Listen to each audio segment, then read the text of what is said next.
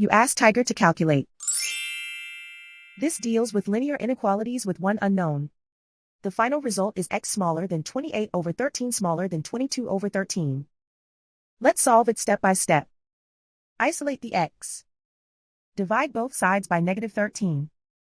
Whenever you multiply or divide by a negative, reverse the inequality sign.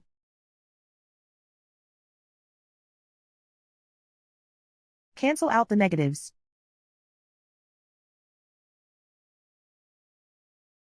Simplify the fraction.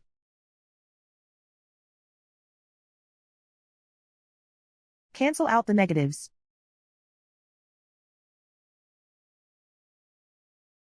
Plot the solution on a coordinate grid.